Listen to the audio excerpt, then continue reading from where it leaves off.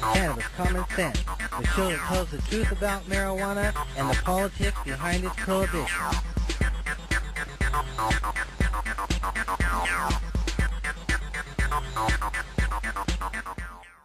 Hello and welcome to another exciting edition of Cannabis Common Sense. Our show has a couple of incredible guests tonight. Mr. Tim Pate and John Cornett. Howdy, gentlemen. Good evening. Providing musical accompaniment. And we are a production of our nonprofit organization, the Hemp and Cannabis Foundation, or THCF, and our affiliated political committee, CRRH, or the Campaign for the Restoration and Regulation of Hemp. We'll be talking about ending adult marijuana prohibition, restoring industrial hemp, and helping medical marijuana patients tonight. And we'll be taking your calls shortly. But before that, as we always do, we'll buy a few crucial moments as we bring out our infamous dancing cannabis leaves.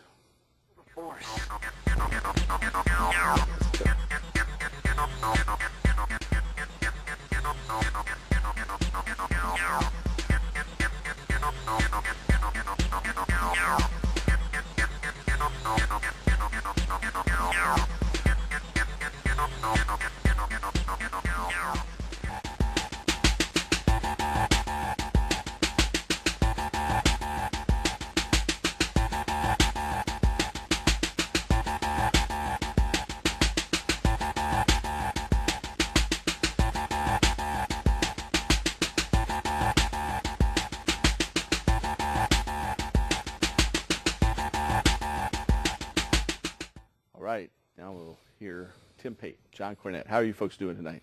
I'm doing incredible. I actually am, and I know that John is also doing pretty incredible. So, hanging loose. Yeah, well, you know what? A lot of you folks don't know, but John and I are business partners, and some of you do know that. John and I also play music together on stage, and we've been on a lot of stages over the years now, and I've really enjoyed that. John, on my behalf and our other business partners' behalf, is headed off to China on Sunday. And so he'll be in Hong Kong this next week. That's right, and, Hong Kong.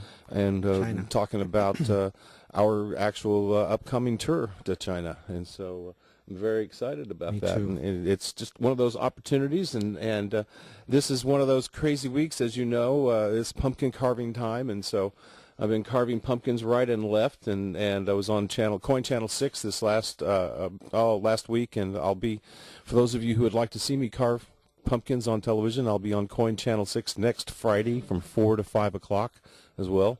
So carving pumpkins. And then if that wasn't enough in my life, all this busyness, tonight is my 200th show on this program. And so I was like, this is show 509, which I started on 310. So it is actually my 200th show. All right. And I was like, well, you know what? I got to have a guest on. And since I couldn't think of anyone else, so I invited John. No, that's not. All right.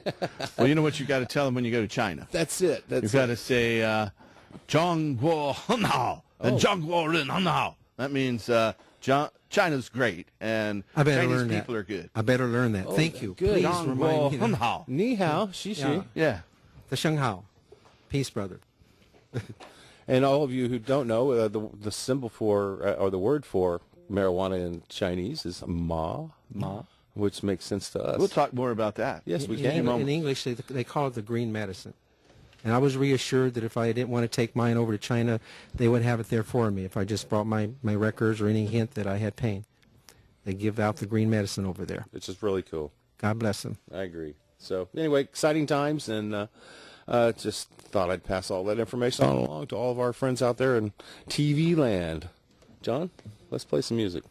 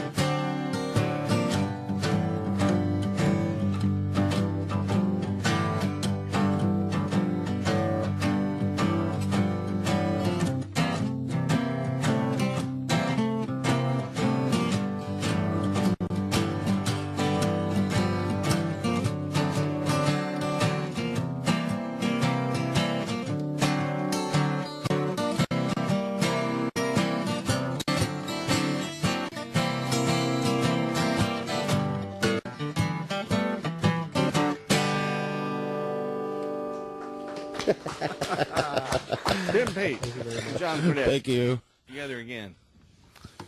So if you are out there and you're watching tonight, the 23rd of October, 2009, you should call us at 503-288-4448. That's 503-288-4448, because we are now prepared to answer all of your vexing questions about ending adult marijuana prohibition, restoring industrial hemp, and helping medical marijuana patients.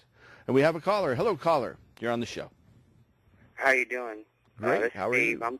I'm calling out Scappoose. I love what you're doing with the prohibition on the ending adult marijuana. I have a couple questions about the Oregon Normal meetings. Uh-huh. Would you be able to answer them for me? I will certainly try. Go right ahead. All right. Now, I heard, I always watch your show every week, and Well, thank you. I heard that you, hold on, I got to get my question right. Get your question. Yeah, all right. I get my stuff signed on the 30th, and I want to come to your meeting on the Halloween. And if I don't have my card, can I still come, even though that my stuff's been signed? You have already turned all of your stuff into the state? Yes, sir. Did I Then will you do it have that your day. information with you. If you got your information with you and you have everything's in order and you've already turned it into the state, Yeah, then you you can go. you're qualified. So you actually have your license So what you've right got to now. do is go down. It's on the second and the fourth Friday of the month, and it's at 700 Northeast Decombe Street. You've got to bring your medical marijuana permit and your at least your paperwork. Okay, I'll Is it have not my on that week? paperwork and all that stuff. It's tomorrow, actually. Because It's I'm not going to next go to Oh, okay, get it's this signed. week. The meeting is actually tomorrow. It's not on Halloween? It's not on Halloween. It's on the second and the fourth Saturday of each month, and this month we get 5 Saturdays. So That's it. That's what's going down. So it's usually the second and the last, but this month is the second and the fourth. So it's tomorrow. The meeting's tomorrow. Oh, okay. So you have to go down there with your medical marijuana paperwork, any proof that you have that you turned it in, like a receipt if you turned it in person. And a copy of your paperwork, And really. your, You're supposed to carry that ID. with you. Yeah. Yeah. If you have medicine with you, you should definitely have your medical marijuana permit with you. Yes. Or if you intend to carry any. And if you don't have your permit yet, you should have your paperwork in lieu of that because it stands in for that. And so that meeting is on the second and fourth Saturday of each month at 700 Northeast Decombe Street. And I know you have to be an Oregon member, but you can join at the door, and then you can go to, 2 of these each month. And I and many other people give away free medicine and plants at that locale. Yeah, and I had another question. Sure. Okay, I was reading the paperwork on the clones and growers. Your caregiver and growers. Now, it states in the paperwork that your caregiver can grow your plants and your grower. Now, I'm confused on that. Now, that's telling me that I can get 48 plants. Now, I thought it was only like 28. No, you can, in this state, you can have a total of 24 plants. Only 6 of those plants can be taller or wider than 1 foot. So that you have to have 18 little baby starts and 6 plants that are bigger than 1 foot. And as long as you between your caregiver, your grower, and yourself, you can't have more than that. But all your garden here in Oregon has to be in one location. And I just came from Colorado and Montana this week, and in each different state, things are completely different. In Montana, both the caregiver, the grower and the patient can grow at the same time. And things are just radically different. But here in Oregon, between your patient, your caregiver, and your grower, all your plants have to be at one location. You can have a total of 24, and 6 of them would be taller or wider than 1 foot. So that's the limits here. So is that some of your harvest that you're showing on TV, or is that somebody else's? This is some of mine, I'm proud to say. This is was growing about, 11 days ago. I harvested Monday night, just before the rains hit last week. Good timing. Yeah, well, it was intentional. I watched the weather, and, Mother Nature tells you when to harvest this stuff, and so. So about how long do you let yours grow before your cycles? Well, I like to have mine vegetate as big as they can be, and so if I had my druthers, all my plants would be 12 feet tall when they start flowering. But, you know, it varied. I had some that were 3 feet tall that flowered, not very many. A few that were 10 and 12 feet tall when they flowered. So the bigger they are when they flower, the more they can produce. Okay, and how's Jack Harrer? He is in a nursing home and recuperating. He said his first words, and any latest word? No latest word. Well, the word is he's still there and Still he's still recovering. recuperating, yes. And you know, our prayers are with him. Yeah, I was out there when this happened. Were you? Yeah, I was at the hemp stock. Yeah, I had fun. It was my first one I've been to. Y'all did a great job on it, by the way. Thank you. Well, we'll hope to see you there next year, and we hope Jack's back there, just like he said as he left the stage. He said, see you next year. So we're sure hoping he'll be there next year, too. All right, thank you. Hey, Have thank a great you. day. You bet. Thank you. As some of you might not know, Jack Harrer, noted author and hemp advocate, gave a speech at our Hemp Stock Festival back on September 12th and suffered a heart attack just moments after leaving the stage from his speech. And he was really dead there, and they kept CPR going and life flighted him to the hospital, and he's recuperating as we speak. And our prayers go out to him and his family. Absolutely. If you're out there and you have a question or a comment, you can call us. It's 503-288-4448. That's 503-288-4448.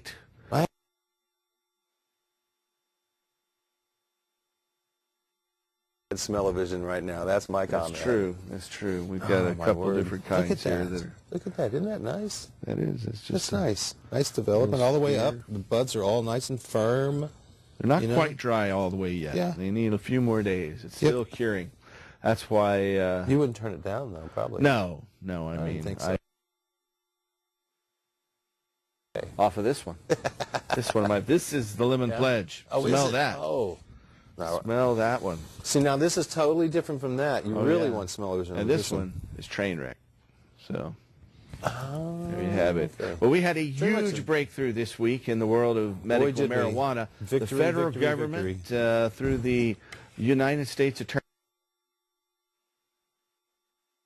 page directive to the Justice Department, to the U.S. attorneys in the medical marijuana states, telling the prosecutors here not to interfere in the state medical marijuana laws and to respect them and to not prosecute people who comply with their state's medical marijuana law. That's an about-face from the policy under the Bush administration and a big step forward for us. And we want to thank President Obama and Attorney General Eric Holder, particularly President Obama,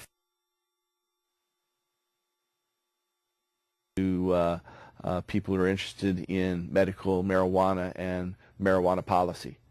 We have another caller. Hello, caller. You're on the show. Hi, yeah. I wanted to know how many growers cards can one person have at one location? I think the limit here in Oregon is 5. 5 for one person? Is that right? 5? Or I don't know. It's 4 or 5. 4. Right. What are you talking about? Well, there's a limit. According to state law that was imposed by Senate Bill 1085. That limit is 4. It's 4. Because does that include the patient themselves? What that does, yes, it does. What that does is it keeps the numbers under 100 at the time. If they had 4 patients at 24 plants each, it would be 96 plants, and so therefore under 100 plants. Okay. That was the thinking at the time. So it's 4 including the patient.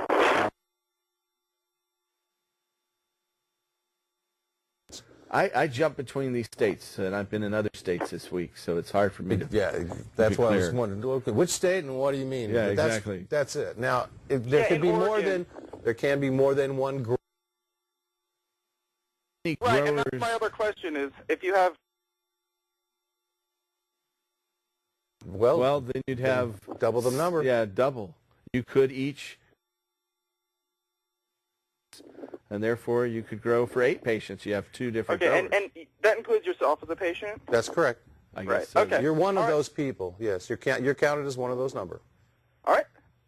Great. Thank you very much. You bet. Yeah. And now that the federal government has lifted that edict about compassion, I believe that number could increase and legitimately increase. And it is larger in other states. I know in Colorado there are people who grow for hundreds of patients, and in Montana as well. Exactly as it should be. People who have qualified and know their agronomy should be able to go about that. I had never grown for more than about 30.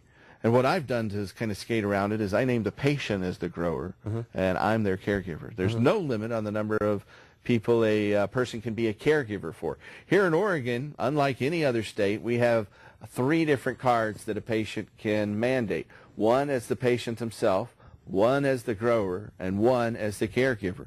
And the limit is only on the grower cards. There can only, any particular individual can only possess 4 grower cards, and of course 1 patient card. But there's no limit on the number of caregiver cards that a person can hold. I think that's a little loophole in the law that perhaps the legislature didn't intend, but that's the way it's turned out. And so I hold about 25 caregiver cards. I think anything that benefits the patients is a good thing. Yeah, if patients are benefited, then I think it's a good thing. I'm in favor of it. Me too. We have another caller. Hello, caller. You're on the show. Yeah, thanks for taking my call. You bet. I have a question regarding Portland International Airport, and if anybody knows who's actually in charge there, and whether or not they're allowing the transport of medical marijuana, especially if you have a layover in a state. Do they forward anything over to anybody if you have a layover in a state? I'll be happy to answer that one. I have a lot of experience on that one. So, yeah, I've had on 2 different occasions where my marijuana, I always carry marijuana, always. And so I've had 2 different occasions where they found it at the security check. And in both cases, they call the TSA don't have their own jail. They have to call the Port of Portland down here in Oregon. And they come down and, look at your marijuana, and then they run your card. And if you have your card, they can't take your medical marijuana away from you. Now, one time they just sent me on my way and didn't ask any questions whatsoever. On another occasion, though, the gentleman says, well, you're not going to be legal when you land. And I said, well, I'm going to Hawaii, and I just happen to have a Hawaii patient card, too. So I was going to be legal when I landed. And so, well, then he said, you're not going to be legal when you're in the air between the United States, between Oregon and Hawaii. And I said, well, I'm also not going to be using medical marijuana while I'm doing that. But they let me go on my way. I have never heard of them calling ahead. And recently, an attorney down in California said the same thing is true at the Oakland airport, that they don't call ahead, and if they find it, they let you go on your way. There are 3 states in the United States that recognize other states' medical marijuana cards. That's Montana, Michigan, and Rhode Island. So if you have a medical marijuana card from any state, you're also covered in Montana, Michigan, and Rhode Island. Cool. So that hopefully answers your question. They won't bother you. They'll let you go on your way, and they won't call ahead to notify where you're landing. Have your card with you, man. I have a stopover in a non-state, so that was the only Then thing. just be careful. If anybody finds you there, it could, they'll take it from you and probably arrest you or charge you. I'll put it in my luggage. My luggage didn't transfer, so hopefully that'll do it. Thanks a lot. You're welcome. Don't put anything in your luggage that they might want to look at. Don't put electronic goods in there. Don't put anything that would show up on the, big bottles of liquid. They're going to want to open that and check it out, given the fear of terrorist activities. So just be sure you put your dirty underwear in there with it. Yeah. There you go. Yep. Thanks. All right. Thank you. What a pleasant thought. Well, Yeah, well. what can you say? That's right. Marijuana. Smell of skivvy. Yeah. So if you have a question for us tonight, you can call us at 503-288-4448. That's 503-288-4448. Yeah, things are just opening up all across the United States. In Denver, there are probably 100 different dispensaries, and the local alternative newspaper. You know how in Oregon we have, in Portland we have the Willamette Week. Yeah. Up in Seattle they have the Seattle Weekly. In Denver they have the Westward. Okay. And the Westward has hired a critic who's going to go and visit the various dispensaries and give a weekly report on the quality of their stash and the price of their products. I want that job. Well, you can apply. They had the application in the newspaper. You've got to go there first, though, and get your medical card. We have another caller, though. Hello, caller. You're on our show. But I'm eminently qualified. I think you're right. I am, too. Hello. Hi. How's life? I was just wondering why the police and everybody, why they care? Like, why do they care if you have medical marijuana? Well, I think they don't care now, well, less and less anyway. There's some out there that, think that somehow marijuana is evil. And they've been taught that. And so it's through a propaganda campaign. I think there are people out there that economically benefit. I've always said that marijuana prohibition is about power and money and the continued centralization of both of those. And so the people who profit, it's the petrochemical industries and some people in law enforcement, kind of formed an unholy alliance and came up with this evil plan to make marijuana illegal. In fact, they took something everybody knew as industrial hemp and cannabis and came up with a new word based on, their own racist,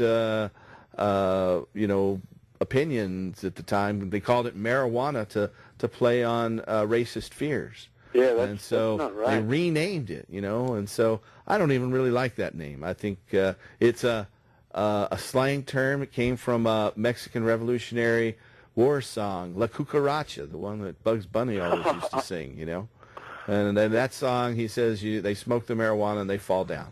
So, but anyway, I think that they only care because they've been misinformed. And it's our job to educate them and get the truth out there about marijuana and hemp. And that's what this show's been about for, going on 14 years now. And we're going to be here till we legalize it and hopefully thereafter. You guys are doing the right thing out there. Thank you. Thank you. I appreciate that. Yeah, dude. I'll see you later then. All right. Bye, David. I don't say hello next time we see you. All right. What? I didn't mention this last week, but last week, for the first time ever, this television show made the New York Times. That's right. We did. Yeah, we made the New York Times. There was an article in the television section of the New York Times that was mainly about another TV show being produced down in Los Angeles called Cannabis Planet, where they do cooking with cannabis and other nifty things. And they actually take advertisement in and pay to put it on commercial television stations. Yes. They've been booted off a couple stations, but they've gone to other ones that will run their program. Where our show is produced on cable access and is non-commercial. And so there's some things we can't do or say because of that. But anyway, the end of the article mentioned our show and said Cannabis Common Sense is a show that's been running in Oregon since the 1990s and is produced by a marijuana advocacy group. So that's how they put it. That would be us. Yep. So we made the New York Times. I know, some of other people involved. Dr. Levesque, for instance, he'd made the New York Times and CNN and all that beforehand. Yes. But this year, we've made both CNN and the New York Times. They just won't leave us alone, will they? Yeah, well, we can't complain. I mean, we put our face out here. I never thought I'd be on the show 200 episodes when I first joined all those years back. You didn't know how much fun it would be. That's true. I didn't. It is fun. Actually, I've enjoyed myself rather well. So if you're out there and you want to ask us a question about ending adult marijuana prohibition, restoring industrial hemp, helping medical marijuana patients, or how these different buds smell, then just give us a call at 503-288-4448. That one smells good. That one smells better. And this one smells even better. That's his grades there. So. That's it. And I'm experienced. Like Jimi Hendrix said. That's right. I'm qualified for this job. I know. Well, the Westford's got a job for you if you want. How well do you write? That's the next question. I've got degrees in journalism. Hey, well, then you're set. I could do this. You better go apply quick. I might be gone already. Oh, yeah. They said that when they put it out on their website, they had an application in 8 minutes. So, they got a quick turnaround. Oh, I'll bet they did. Yeah, I bet they have a lot of them in there. And, and a lot of people are probably revealing things about themselves they wouldn't normally in any other job application. I've been smoking for 23 years, and I find myself totally qualified for this job. Yeah. We have a film clip that we're going to roll, and we'll be back in just a second here to talk to you some more. So enjoy. We'll be back.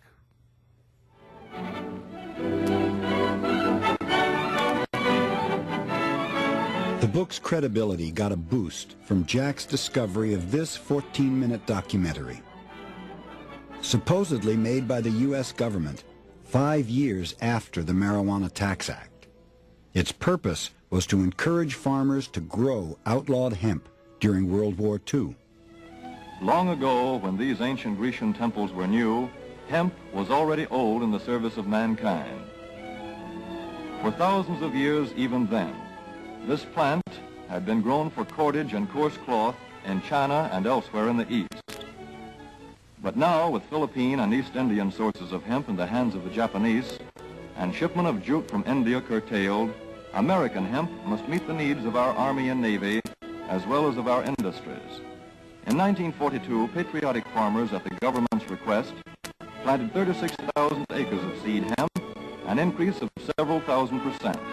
The goal for 1943 is 50,000 acres of seed hemp. For to grow hemp legally, you must have a federal registration and tax stamp. This is provided for in your contract. Ask your AAA committeeman or your county agent about it. Don't forget, Jack often staged public showings of Hemp for Victory to validate his history of the plant. He also used the film as an example of government deception and hypocrisy. But he was stunned one day in 1988 to get a call from a newspaper reporter questioning the authenticity of the film. Well, Mr. Hare, we went out to check the information, and we found nobody that would corroborate your story, that this movie was even ever made. You said this movie was made by the United States government, this movie Hemp for Victory. That if there would be any evidence that the government ever made we were legal. Oh, you're that guy on TV. Oh, we're coming back. That's funny. We're coming back. We're coming back. Hey, so that was an excerpt from The Emperor of Hemp about our hero Jack Hare, who wrote a book about industrial hemp and marijuana prohibition right here in Portland back in 1985, and back about, what was it, 1999 or so, this movie came out, and it was produced with the help of Anita Roderick of The Body Shop. You know, while you folks were watching that, someone else brought this very heavy wet plant in. It's harvest time. What can you say? The buds are in, the curing has begun. This is really wet. It's freshly harvested. This is a little indoor plant. And but heavily loaded. The grower each arm wanted got us a to lot of tell nice you buds that on it. you too can do this, and we'll show you how. So this too stay can tuned, do you. You know, and you can find out and go to our website at hemp.org. That's hemp.org. If you have a question for us, give us a call tonight. It is the 23rd of October, and you can call us at 503-288-4448. And we do have a caller. Hello, caller. You're on the show. Hello, caller. Hello. How are you? I'm doing good. How are you? Very well, thank you. Welcome. Okay. The questions that I have is, how does THC flush out the cancer cells from the body? And for what reasons? Well, say that one more time. I didn't understand. Did you understand what she said? I didn't understand what you said. How does THC, the tetrahydrocannabinol in cannabis, how does it what?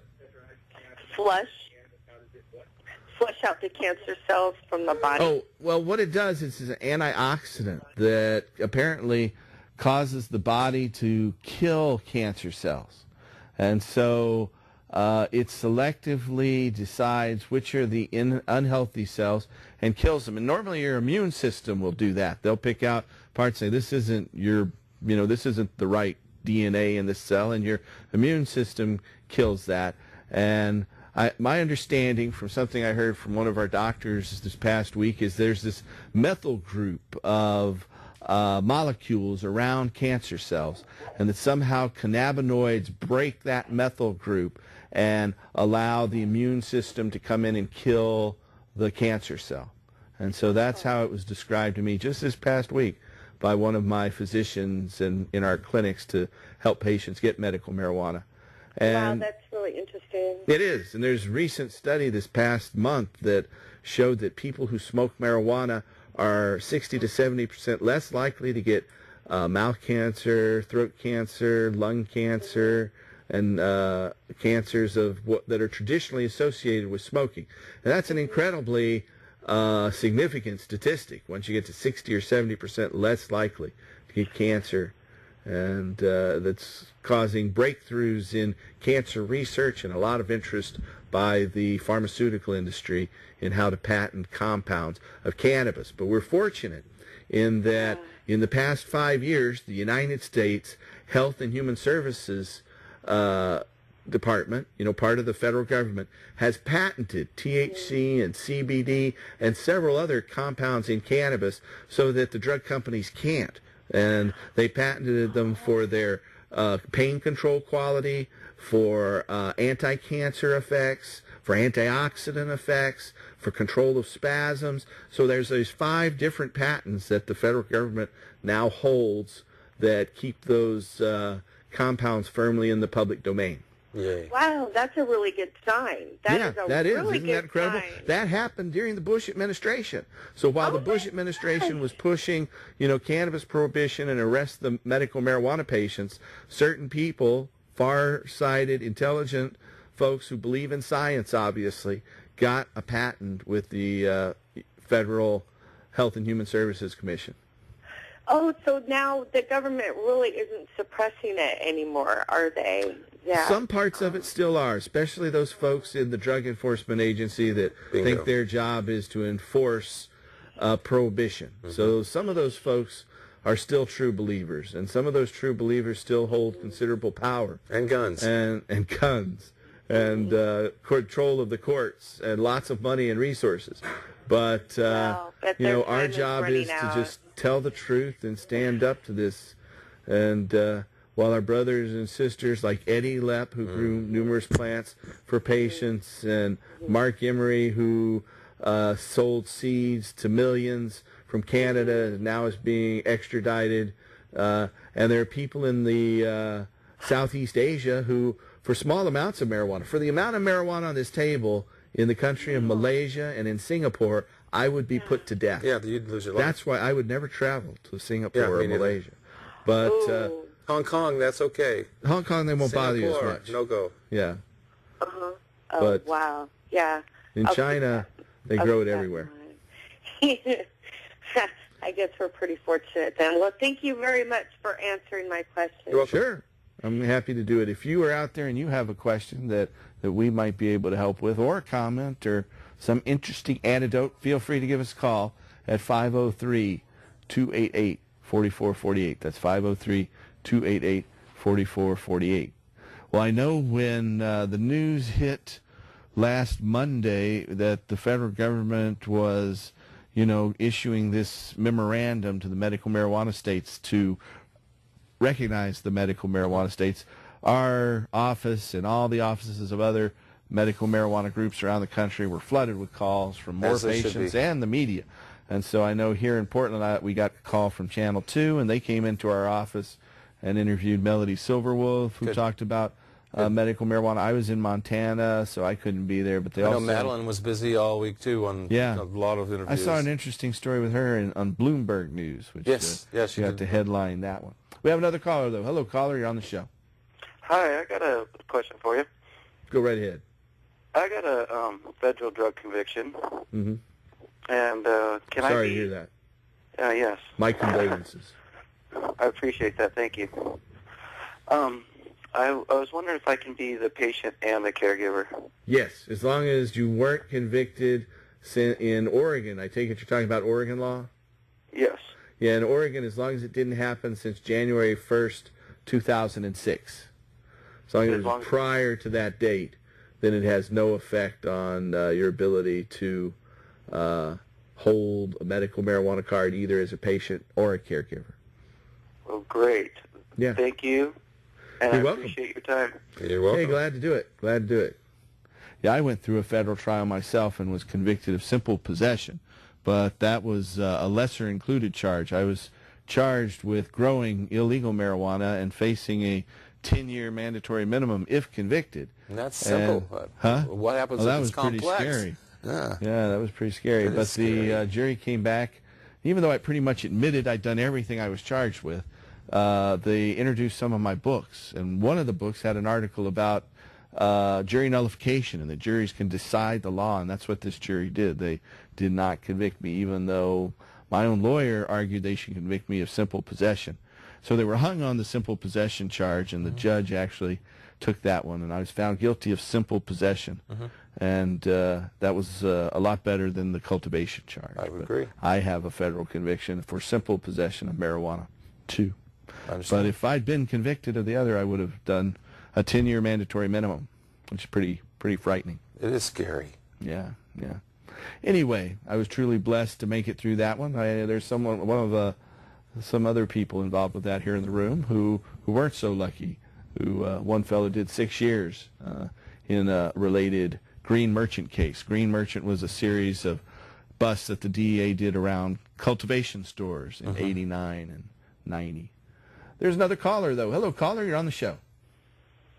Yes, sir. I was calling in to see if medical marijuana would cancel out my Medicare or Medicaid. Cancel it out? Is that what you meant? Yeah. No, they won't know about it unless you tell them. Okay. It's a completely private program.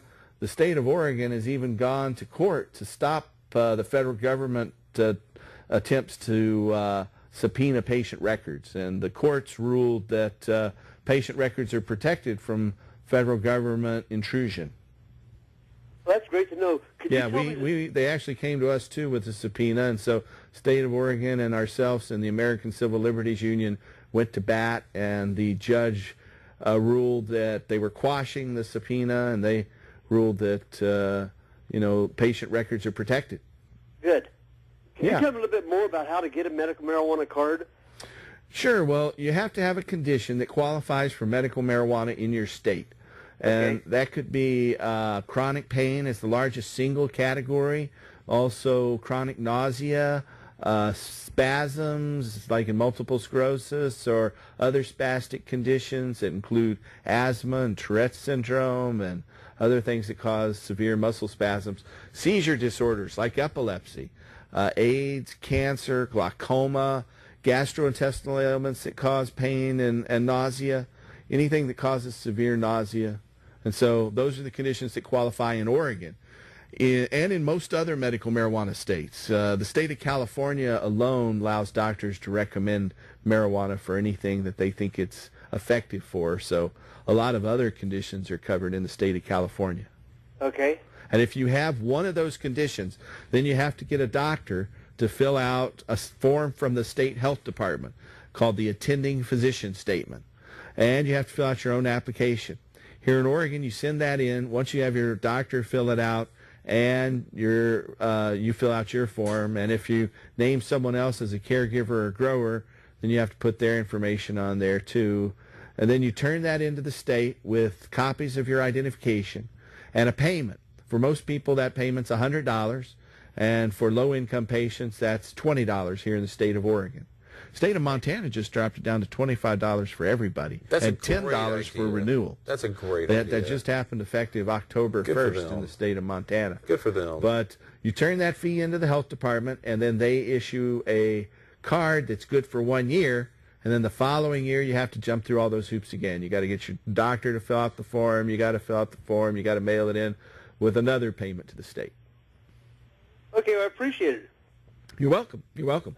The moment you get your card, the moment you get that paperwork filled out and it's gone to the doctor, you're covered. Well, once it goes into the state, once you've turned it into the state. So, for instance, here in Oregon, we have almost 24,000 people who have their cards in hand, according to the state. Right. And there are about 6,000 ones that have been turned in or are pending. So at any given time, there are about 30,000 legal medical marijuana patients and 15,000 people who are not patients who have cards as growers. So here in Oregon, at any given time, there are about 45,000 people who can legally possess and grow medical marijuana, and 30,000 people who can legally use medical marijuana. And so per capita rise, outside of California, Oregon's pretty much the largest state. And so that means there's a lot of sick people here. That's right. Now, if you or anyone you know has any of those conditions that qualify for medical marijuana, you can go to your doctor and ask them to fill out that application, the attending physician statement. Now, if your doctor won't do it or you don't want to see that in your permanent medical record, there are a number of doctors out there that will do it privately.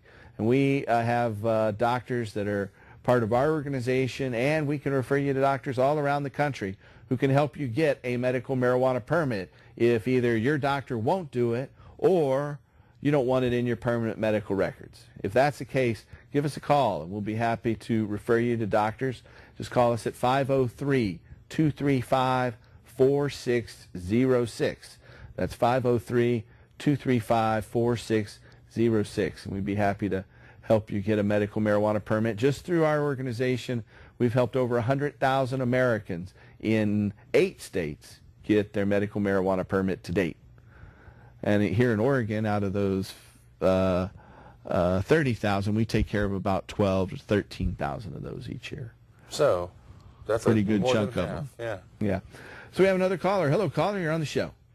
Hey, hi, I'm a commercial truck driver, and I have chronic pain. I was wondering, am I allowed to be able to get this card and smoke? Well, you know, you can get the card, but under your CDL, your commercial driver's license, you are, I know, subject to urinalysis testing. You're right. And if you test positive, you would probably lose your insurance and your commercial driver's license. True. And so that's the drawback for people with a CDL, is that because you have that CDL, under federal law, you have to undergo that drug testing. Now that, though, this new ruling came out from the Attorney General, you know, I think the time is right for that law to be challenged again. Now that the federal government recognizes state medical marijuana laws, it seems to me that people who have a medical marijuana permit, as long as you aren't using marijuana while you're on the road or before you drive or while you're working, then you should be able to have a medical marijuana permit and test positive for the metabolites. You know, what they test for in the urinalysis testing doesn't show whether you're high. It just shows whether you've used it in the past month. It's metabolites it's not an from impairment cannabis. test. Yeah, and so what they can, the only way they can really tell if you have active THC in your blood is to do a blood test. They can't tell it through urinalysis testing. So, you know, I think the time's right for somebody to challenge that law, but, you know, it Whether takes a you lot want to be the of, person to do that or not, yeah, that's up to you. it's a very difficult road to hoe. It's not easy to challenge a law and to fight it, and to face, you know, the government on those kind of things, or your employer, especially if you depend on that money for your livelihood.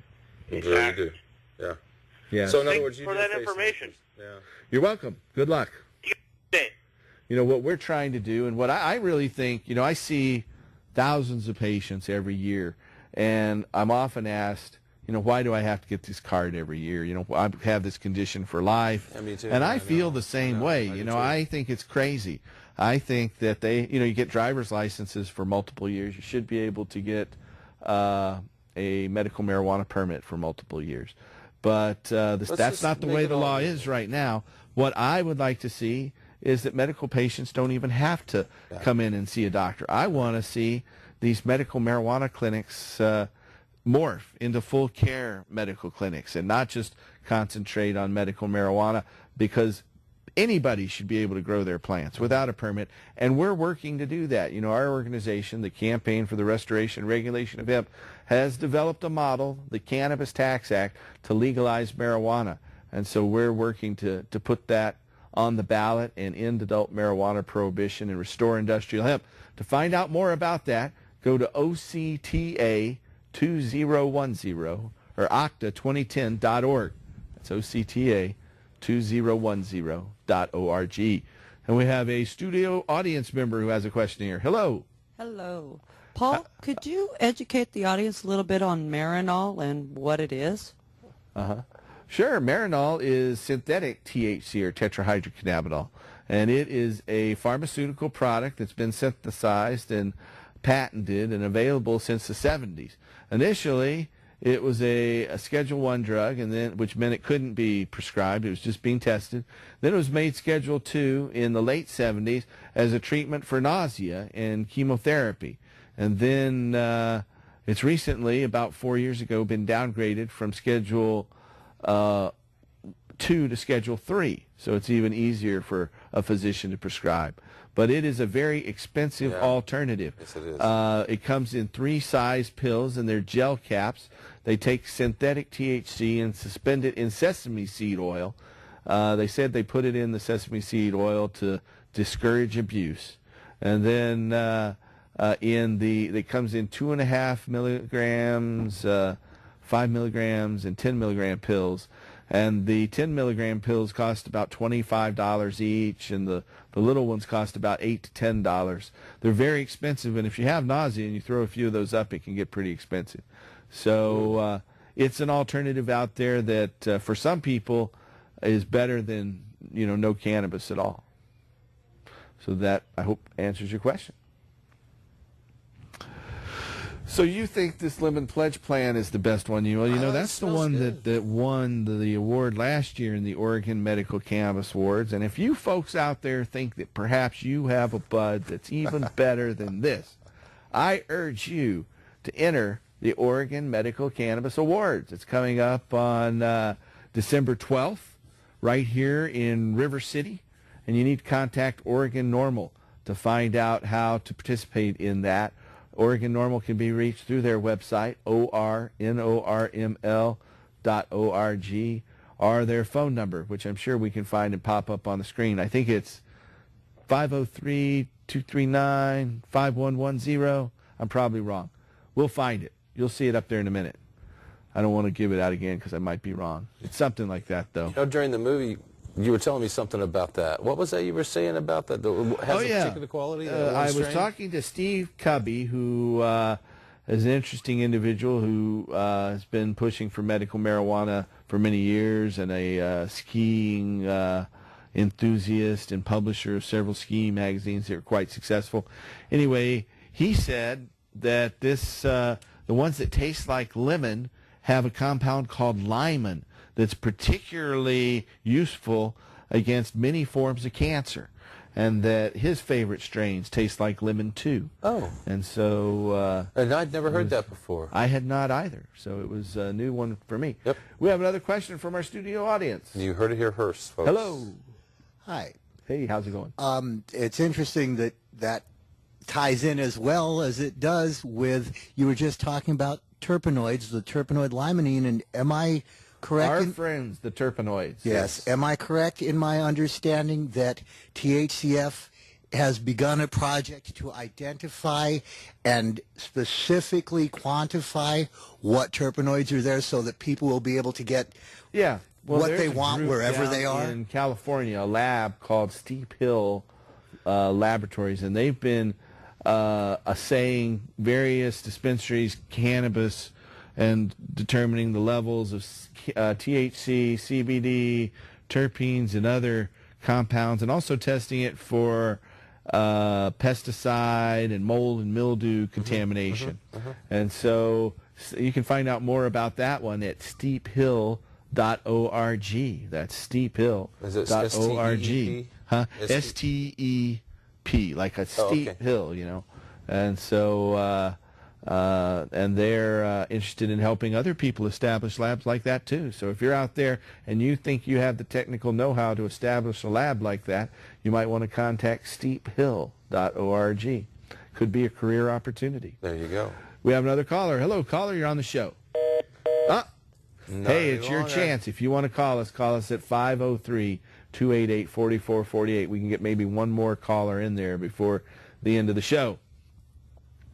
So, yeah, I was talking about the Oregon Medical Cannabis Awards. Those are coming up on December 12th. Yeah.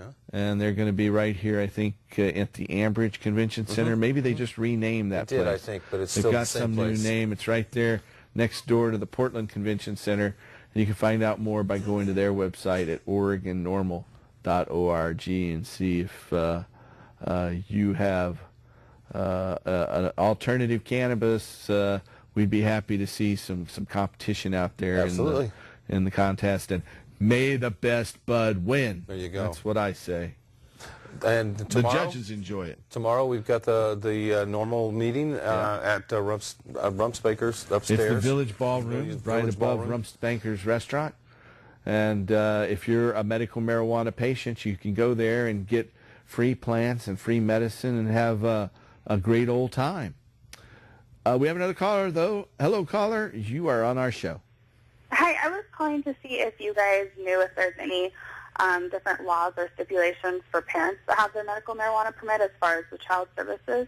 You know, the main thing that I tell people as a parent who grew marijuana while my kids were young and whatnot with medical marijuana permits is that you don't use medical marijuana in the presence of your children. You don't subject them to secondhand smoke or secondhand airborne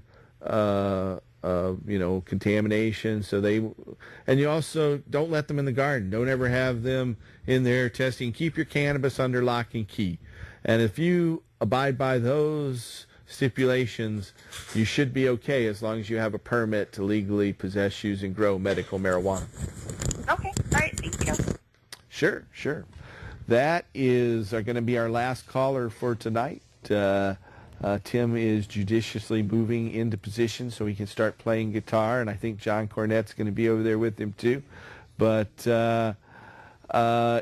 just remember, if you are a loved one, have one of the conditions that qualifies for medical marijuana, whether it be chronic pain, nausea, seizures, spasms, glaucoma, cancer, or AIDS, we have doctors all across the country that are ready to help you get a medical marijuana permit.